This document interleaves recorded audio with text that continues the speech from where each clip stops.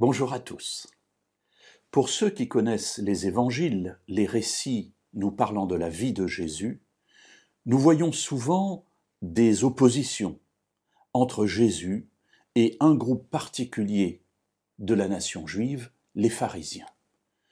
Les pharisiens sont des gens importants, c'est un groupe très influent dans le peuple juif du temps de Jésus, et lorsque Jésus apparaît et commence à annoncer la bonne nouvelle du salut, il y a souvent des oppositions entre Jésus et les pharisiens. Pour quelles raisons ? Eh bien, voyons-en une aujourd'hui, si vous le voulez bien, dans l'Évangile selon Luc au chapitre 16 et au verset 14 et 15. Les pharisiens qui aimaient l'argent écoutaient tout cela et raillaient Jésus. Jésus vient de parler d'une parabole, vient de donner une parabole, et on nous dit que les pharisiens aimaient l'argent. Alors bien sûr, pas tous les pharisiens, il y a là une globalisation, et forcément, on n'est pas en train de parler de certains individus, il y en avait de très bons, mais effectivement, un grand nombre de ce groupe de pharisiens aimaient l'argent. Mais c'est pas cela qui pose un problème aujourd'hui. Jésus leur dit, « Vous êtes ceux qui se font passer pour justes devant les hommes.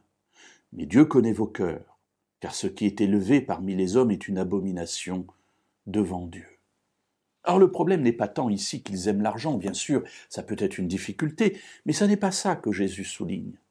Il ne dit pas « vous êtes ceux qui aiment l'argent, et ça, ce n'est pas une bonne chose », pas du tout. Il dit « vous êtes ceux qui se font passer pour justes devant les hommes. Mais Dieu connaît vos cœurs. » Voilà un des problèmes des pharisiens. Voilà un des problèmes de ce groupe de personnes, et voilà un des problèmes que nous pouvons nous-mêmes vivre dans notre existence. Nous faisons, ils se faisaient passer pour justes aux yeux des hommes. Ça, c'est le problème.